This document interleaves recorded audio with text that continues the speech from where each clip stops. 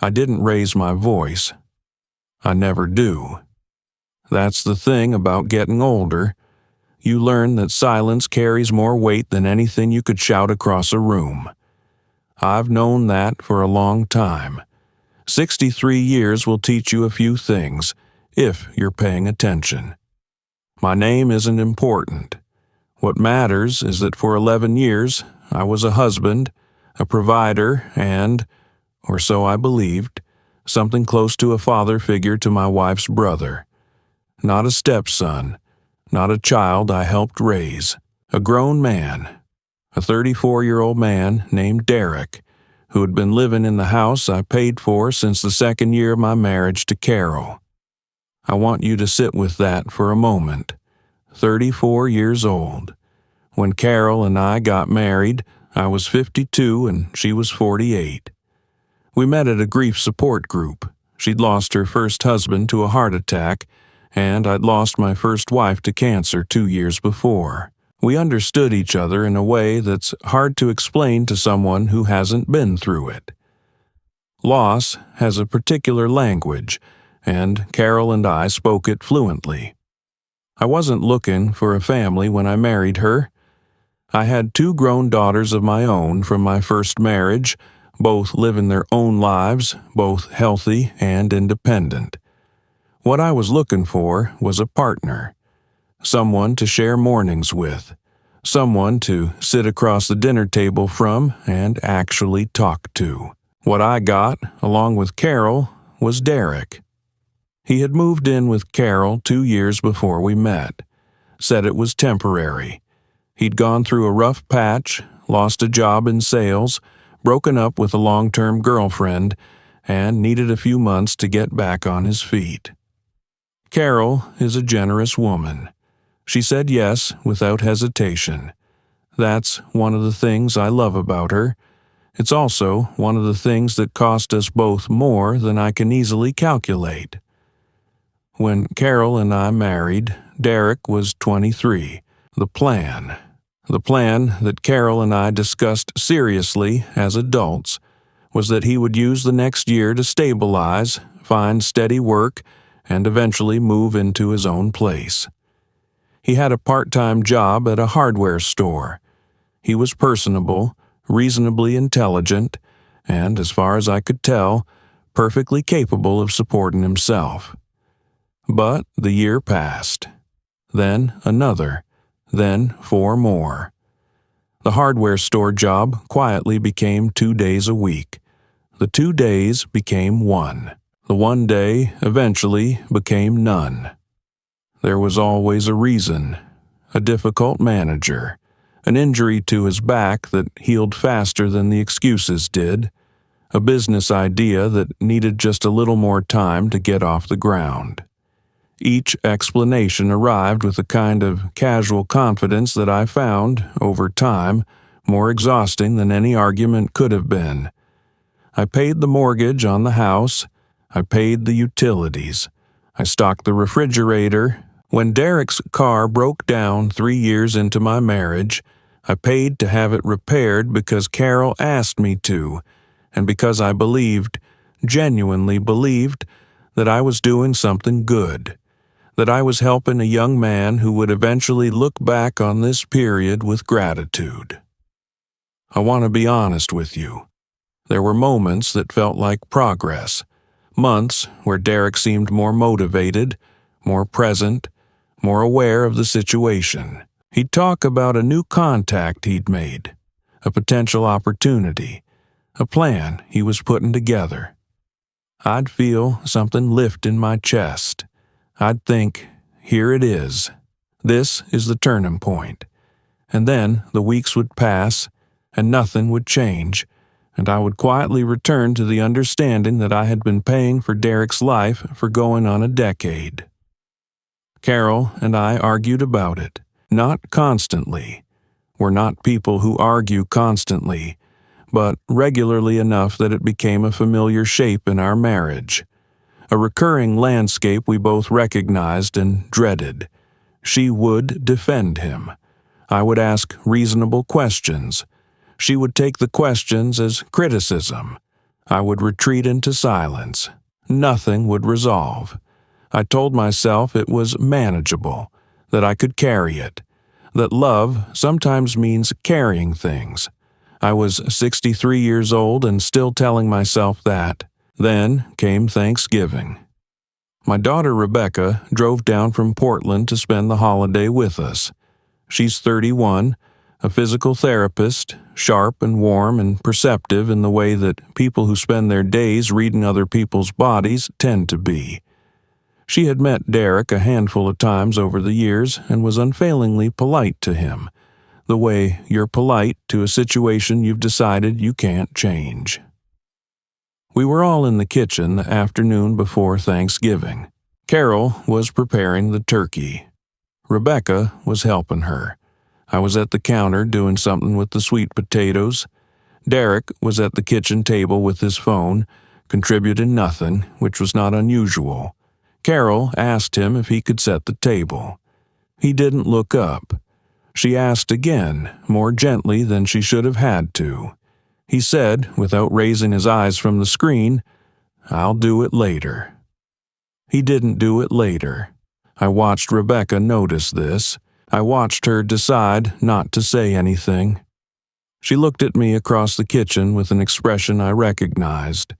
A quiet calculation, a reassessment of something she'd already half suspected. That evening, after Carol had gone to bed and Derek had retreated to his room, Rebecca and I sat on the back porch with decaf coffee and the particular kind of honesty that arrives after everyone else has gone to sleep. She didn't say, "Dad, why do you put up with this?" She's too careful for that. She said, "How long has it been?" 11 years, I said. She was quiet for a moment. Then, "Does Carol see it?" I didn't answer right away. The truth is complicated, and I've always believed complicated truths deserve more than a quick response. "She sees it," I finally said. "She just loves him." Rebecca nodded. She didn't push further, but she held my hand for a moment before she went inside, and in that gesture I felt the full weight of what she wasn't saying. The following week, 6 days after Thanksgiving, was when it happened. Carol had gone to her sister's house for the afternoon, a regular visit she made on Thursdays. I was working in my home office, finishing some consulting work. I'm semi-retired, but I still take on projects occasionally. It keeps my mind engaged. I heard Derek in the kitchen, and then I heard him on the phone. I wasn't trying to listen. The walls in that part of the house are not thick. I'd learned things I didn't ask to know before, simply by being in the adjacent room. He was talking to someone, a friend based on the tone, and he was laughing, which wasn't unusual. What stopped me was hearing my name. "Frank thinks he's doing me some kind of favor," Derek said, "like I should be grateful." A pause. I've been listening to him walk around this house for a decade like he built it from the ground up. It's exhausting. You know what I told Carol? I told her the best thing that could happen for everyone is if he just moved on, found somewhere else to be. Another pause, more laughter. "She's not going to leave him. Relax. I just mean, this would all be easier if he stopped acting like any of this has anything to do with him." I sat very still at my desk. I want to tell you I felt something dramatic in that moment. Rage, devastation, a crack running through the center of something I'd built. Maybe I expected to feel those things. But what I actually felt was very quiet. A strange, hollow stillness, like stepping into a room after all the furniture has been removed.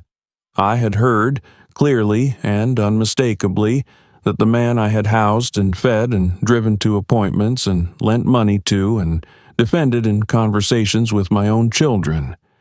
That man had told my wife that the best thing for everyone would be if I disappeared.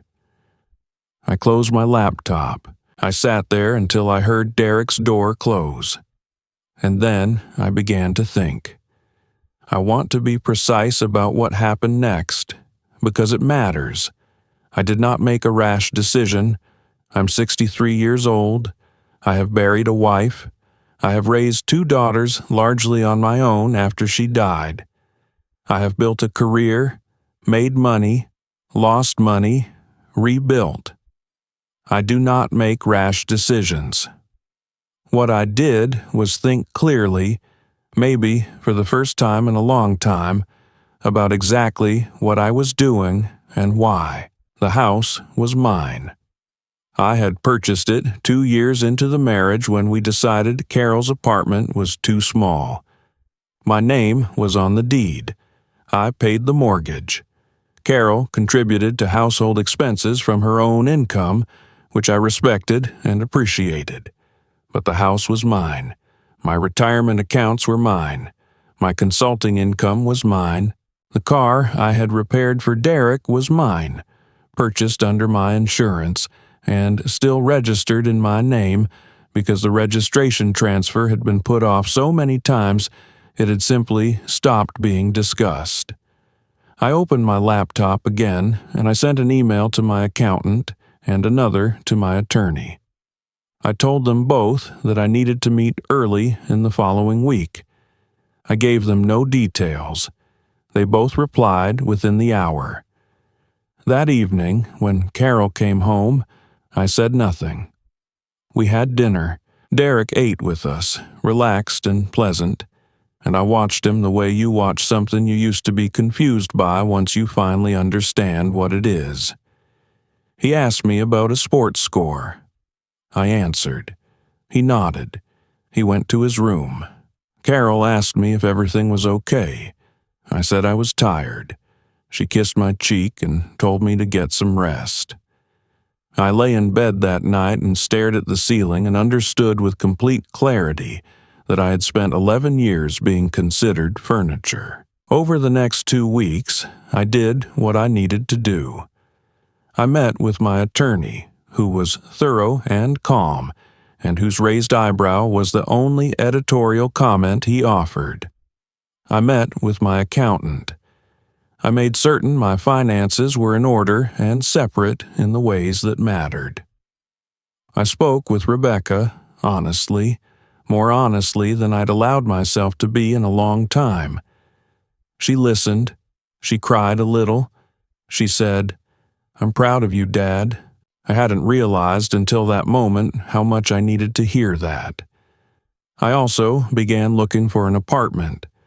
Not desperately, carefully. I knew what I wanted: quiet, manageable, close to the consulting work I still enjoyed. I found a place within 10 days. Signed the lease on a Friday afternoon. Paid first and last month and walked out into the parking lot in the thin December sunlight, feeling, for the first time in a very long time, like a man who had made a decision entirely for himself. I want to say something about Carol, because she deserves more than to be a figure in this story without dimension. I love Carol. I loved her on the day we married, and I loved her through every argument about Derek, and I loved her on the morning I left. That love did not go anywhere.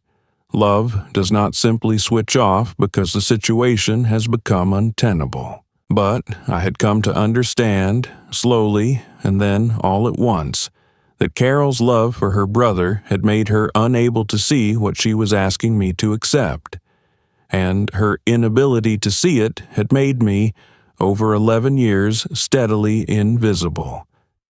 You cannot love someone back into seeing you. I know that now. On the last Saturday before Christmas, while Carol was at church, she goes every week, a habit I respect even though I don't share it, I packed what I needed. Not everything, the things that were mine specifically. Clothes, documents, my grandfather's watch, the photograph of my first wife that I've kept in my desk drawer since she passed. I did not take anything that was shared. I did not empty any joint accounts because we didn't have meaningful ones. I had been careful about that years ago without fully knowing why. I packed 2 suitcases and a box. I loaded them into my car. And then I sat down at the kitchen table and I wrote Carol a letter. I'm not going to tell you everything I wrote. Some of it belongs only to her. But I told her what I had heard Derek say. I told her that I had waited, hoping it wasn't representative of something larger, and that I had gradually come to believe it was. I told her that I had not made this decision out of anger. I told her that the man she married was still the same man, and that he deserved to be in a home where he was not considered an inconvenience. I told her I loved her. I told her my attorney would be in touch. I placed the letter in the center of the kitchen table, under her favorite coffee mug so it wouldn't be missed. Next to the letter, I placed a key, not my house key, which I left on the hook by the door, but a small key to a lockbox I'd kept in my office closet. In the lockbox was documentation of every significant expense I had covered in the last 11 years. Not as a demand, not as an accusation, just as a record, so that the full shape of what had existed here would be visible to someone. I drove to my apartment. I made coffee. I sat at a new table in a quiet room and listened to the specific silence of a space that was entirely mine. Carol called at 12:47 p.m. I know the time because I was watching the clock the way you watch a clock when you've been expecting something and don't know what it's going to feel like when it arrives. I let it go to voicemail. She called again at 1:03 and again at 1:21. The 4th time I answered. Her voice was not angry. That surprised me, even though it probably shouldn't have. Carol is not an angry person. She was frightened, and beneath the fear there was something that sounded like grief. Real grief, the kind I recognized from the support group where we first met. "Frank," she said, "please come home." "I am home," I said. "I'm at my home." There was a long silence. "I didn't know," she said. "You knew some of it," I said gently. She didn't argue that, which told me more than anything she could have said. She asked if I had talked to Derek. I told her what I had heard him say 3 weeks earlier. She was quiet for a very long time. Then she said Derek's name in a tone I hadn't heard her use before. Not angry exactly, but stripped of something, some protective layer she hadn't even known she was wearing. She asked if we could talk. I told her yes. Not today, not this week. I told her to give me some time to be still, and then we would talk. She asked if there was any chance. I didn't answer quickly. I thought about it the way I have tried, in this story, to think about everything, honestly, without the comfort of a convenient answer. "I don't know," I said, "but what I know is that I needed to leave before I could even begin to answer that." She said she understood. I don't know if she does yet. I think she's beginning to.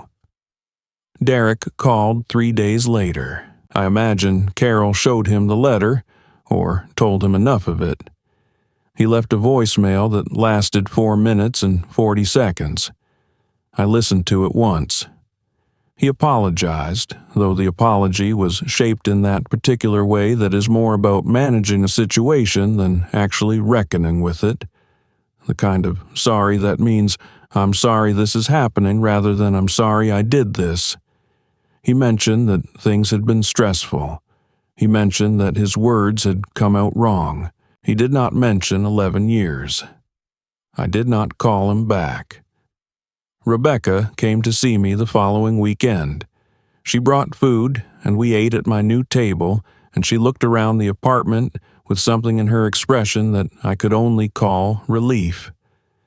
"You look different," she said. "How so?" She thought about it. "Like yourself," she said finally. "You look like yourself."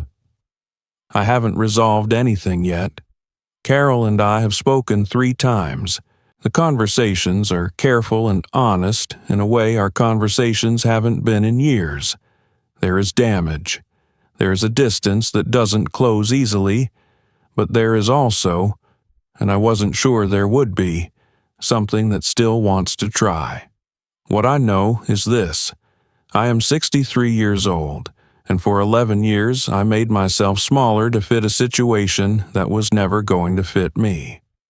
I told myself it was patience. I told myself it was love. Some of it was, but some of it was something else. A quiet avoidance of the confrontation I knew would cost something real. Leaving cost something real. It also gave me something back that I didn't fully know was gone. Derek is still in that house. That is a conversation that belongs to Carol and her brother, not to me. What happens next will depend on choices that are not mine to make. What was mine to make, I made. I still wear my grandfather's watch every day. It needs winding every morning. It's old enough that nothing about it is automatic. Every morning I pick it up and wind it and think about the fact that some things require your attention and your effort to keep running. I am one of those things. I had forgotten that for a while. I don't intend to forget it again.